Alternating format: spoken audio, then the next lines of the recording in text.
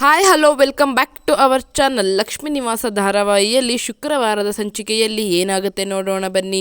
ಶುರುವಿನಲ್ಲಿ ಇತ್ತ ಜಯಂತ್ ಜಾನ್ವಿ ಮನೆಗೆ ಬರ್ತಾನೆ.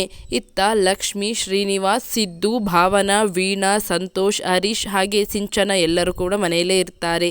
ಈ ಕಡೆ ಜಯಂತ್ ಒಬ್ಬನೇ ಬಂದಿದ್ದನ್ನು ನೋಡಿ ಎಲ್ಲರಿಗೂ ಶಾಕ್ ಆಗುತ್ತೆ. ಓ, ಜಾನ್ವಿಯನ್ನು ಮನೆಯಲ್ಲೇ ಬಿಟ್ಟಿರಬೇಕು ಅಂತ ಅಂದ್ಕೊಂಡು ಈ ಕಡೆ ಲಕ್ಷ್ಮಿ ಯೋಚನೆಯನ್ನು ಮಾಡ್ತಾ ಇರ್ತಾಳೆ.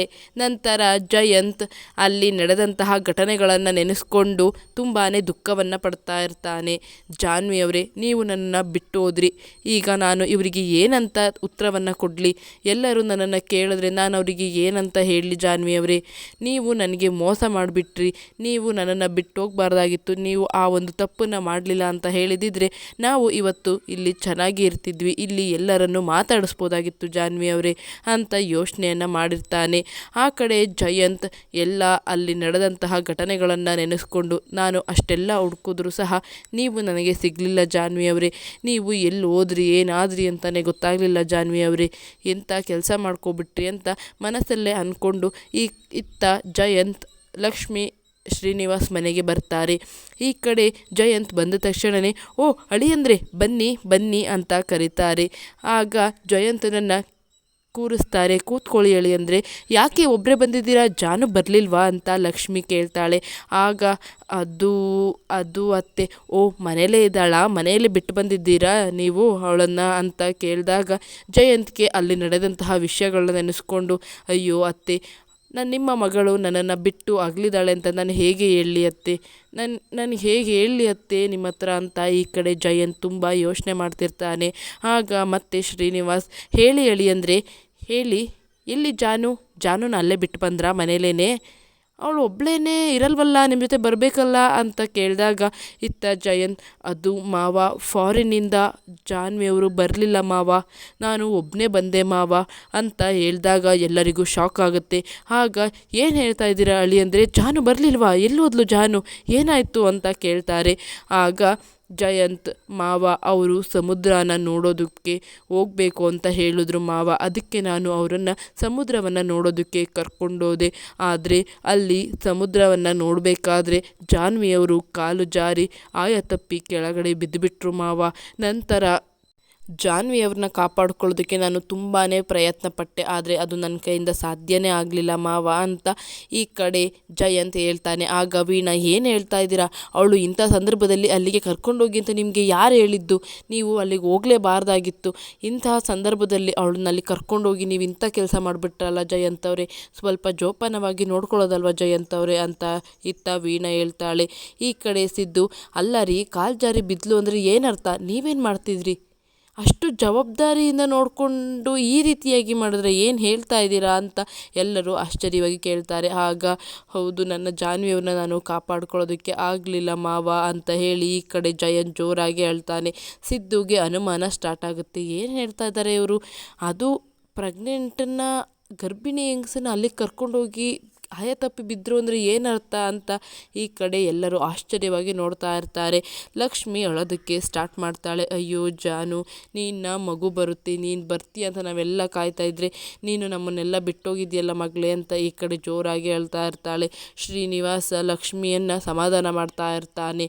ಈ ಕಡೆ ಜಯಂತ್ ಹಣೆಯನ್ನು ಟೇಬಲ್ಗೆ ಚಚ್ಕೊಳ್ತಾ ಇರ್ತಾನೆ. ಆಗ ಸಂತೋಷ್, ಸುಮ್ಮನೆ ಸಮಾಧಾನ ಮಾಡ್ಕೊಳ್ಳಿ, ಅಲ್ಲಿ ಏನಾಯಿತು ಮೊದಲು ಅದನ್ನು ಹೇಳಿ, ಅನಂತರ ಬೇಕಾದರೆ ನೋಡೋಣ ಏನು ಮಾಡೋದು ಮುಂದೆ ಅಂತ ಇತ್ತ ಸಂತೋಷ್ ಹೇಳ್ತಾನೆ. ಆಗ ಜಯಂತ್ ನಡೆದ ಘಟನೆಗಳನ್ನೆಲ್ಲನೂ ತಿರುಗಿಸಿ ಮುರುಗಿಸಿ ಅಲ್ಲಿ ನಡೆದ ಘಟನೆ ಒಂದು, ಇಲ್ಲಿ ಇವನು ಹೇಳಿದ್ದೇ ಒಂದು ಮಾಡ್ತಾನೆ. ಇಲ್ಲಿ ಕೂಡ ಜಯಂತ್ ಸತ್ಯವನ್ನು ಹೇಳೋದಿಲ್ಲ.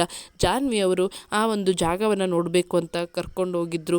ಅಲ್ಲಿ ಚೆನ್ನಾಗಿ ಮಾತಾಡಿ ಜ್ಯೂಸನ್ನು ಕುಡಿತಾ ಇದ್ರು. ನಂತರ ಅಲ್ಲಿ ಸಮುದ್ರವನ್ನು ನೋಡಬೇಕಾದ್ರೆ ಬಿದ್ದುಬಿಟ್ರು ಅಂತ ಈ ಕಡೆ ಜಯಂತ್ ಹೇಳ್ತಾ ಇರ್ತಾನೆ. ಮನೆಯವರು ಅದನ್ನೇ ಸತ್ಯ ಅಂತ ನಂಬಿರ್ತಾರೆ. ಆದರೆ ಈ ಕಡೆ ಜಾನ್ವಿ ಬದುಕೇ ಇರ್ತಾಳೆ. ಜಾಹ್ನವಿ ಈ ಕಡೆ ಸಮುದ್ರದ ದಡದಲ್ಲಿ ಬಿದ್ದಿರ್ತಾಳೆ. ಅದನ್ನು ನೋಡಿದಂತಹ ಜನಗಳಿಗೆ ಶಾಕ್ ಆಗುತ್ತೆ. ಇದೇನಿದ್ದು ಒಂದು ಹುಡುಗಿ ಬಿದ್ದಿದೆಯಲ್ಲ ಅಂತ ಎಲ್ಲ ಜನರು ಮುತ್ಕೊಳ್ಳೋದಕ್ಕೆ ಸ್ಟಾರ್ಟ್ ಮಾಡ್ತಾರೆ.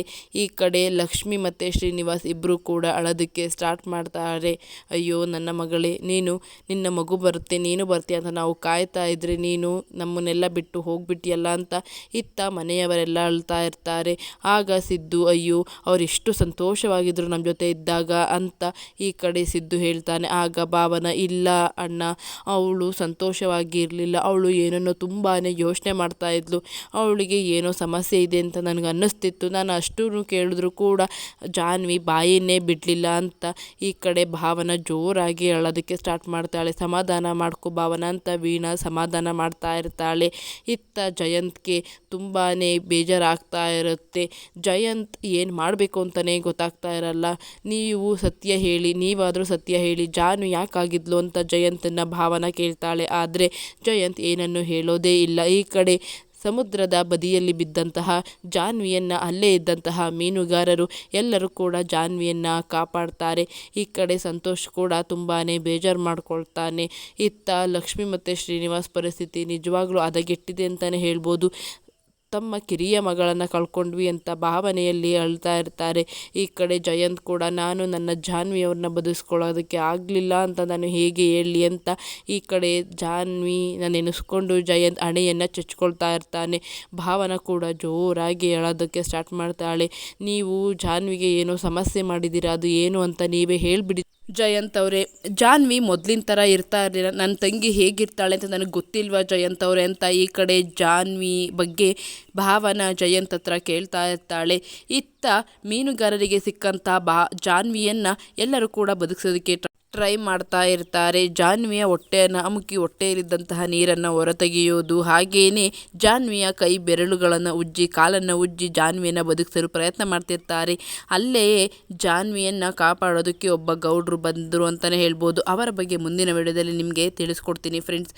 ಈಗ ಜಾನ್ವಿ ಅಂತೂ ಇಂತೂ ಜಯಂತನ ಬಲೆಯಿಂದ ಪಾರಾಗಿ ಜಾನ್ವಿ ಬದುಕಿಯೇ ಬಿಟ್ಲು ಅಂತ ಹೇಳ್ಬೋದು. ಈ ಕಡೆ ಭಾವನ ಕೇಳುತ್ತಿರುವ ಪ್ರಶ್ನೆಗಳಿಗೆ ಜಯಂತ್ ಹತ್ರ ಉತ್ತರನೇ ಇಲ್ಲ. ಉತ್ತರ ಇದ್ರೂ ಕೂಡ ಜಯಂತ್ ಹೇಳೋದಿಲ್ಲ. ಜಾನ್ವಿ ಬದುಕಿರುವ ವಿಷಯವನ್ನು ಜಯಂತ್ಗೆ ಯಾರಾದರೂ ತಿಳಿಸ್ತಾರಾ? ಮತ್ತೆ ಜಯಂತ್ ಜಾನ್ವಿಯನ್ನು ಹುಡುಕೊಂಡು ಫಾರಿನ್ನಿಗೆ ಬರ್ತಾನ? ಜಾನ್ವಿಗೆ ಹಳೇದೆಲ್ಲ ನೆನಪಿರುತ್ತಾ ಅಥವಾ ಮರ್ತೋಗಿರುತ್ತಾ? ಅಥವಾ ನೆನಪಿದ್ರೂ ಕೂಡ ಮರೆತಿರೋ ಹಾಗೆ ಜಾನ್ವಿ ಮುಂದೆ ನಟಿಸ್ತಾಳ?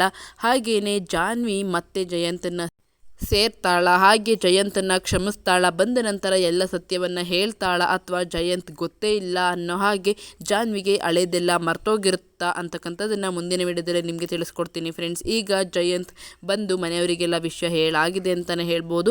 ಭಾವನ ಕೇಳುತ್ತಿರುವ ಪ್ರಶ್ನೆಗೆ ಜಯಂತ್ ಹತ್ರ ಉತ್ತರ ಇದೆಯಾ ಅಂತಕ್ಕಂಥದ್ದನ್ನು ಮುಂದಿನ ವಿಡಿಯೋದಲ್ಲಿ ನಿಮಗೆ ತಿಳಿಸ್ಕೊಡ್ತೀನಿ ಅಂತ ಈ ಒಂದು ವಿಡಿಯೋನ ಇಲ್ಲಿಗೆ ಮುಗಿಸ್ತಾ ಇದ್ದೀನಿ ಫ್ರೆಂಡ್ಸ್. ಎಷ್ಟು ಜನಕ್ಕೆ ಜಾನ್ವಿ ಮತ್ತೆ ಬದುಕಿದ್ದು ಇಷ್ಟ ಆಯಿತು ಅಂತಕ್ಕಂಥದ್ದನ್ನು ನನಗೆ ಕಾಮೆಂಟ್ ಸೆಕ್ಷನಲ್ಲಿ ತಿಳಿಸಿ ಅಂತ ಹೇಳ್ತಾ ಈ ಒಂದು ವಿಡಿಯೋನ ಇಲ್ಲಿಗೆ ಮುಗಿಸ್ತಾ ಇದ್ದೀನಿ. ಚಾನಲ್ನ ಸಬ್ಸ್ಕ್ರೈಬ್ ಮಾಡ್ಕೊಳ್ಳಿ. Thank you for watching.